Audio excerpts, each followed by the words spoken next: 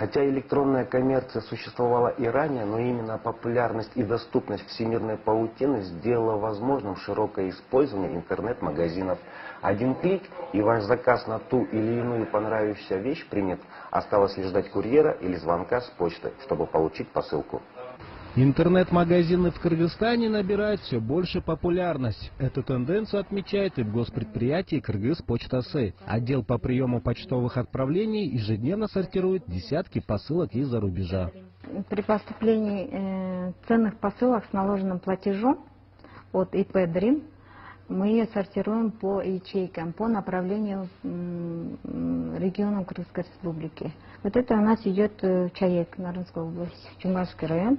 В Кыргызстане динамично развивается рынок электронной коммерции. В основном заказы приходят из Китая и России. Только за прошлый год Центр международного почтового обмена и логистики «Кыргызпочта-С» обработал свыше 170 тысяч отправлений. Это более чем на 30% выше показателя 2016 года.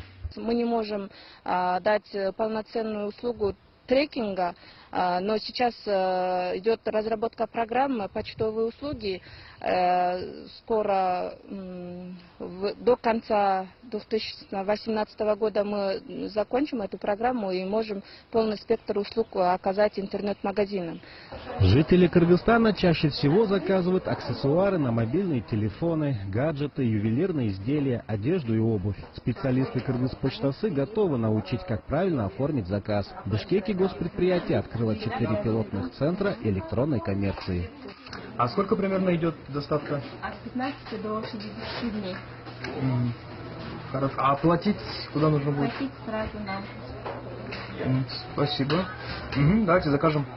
Теперь каждый желающий может бесплатно научиться заказывать с мировых интернет-площадок. Цель проекта – информировать население о возможности быстро, надежно и безопасно приобретать различные товары. Пока самой большой популярностью пользуются китайские площадки AliExpress и Taobao. Руслан Изреков, Азамат Абдыкеримов, СижТН, Бишкек.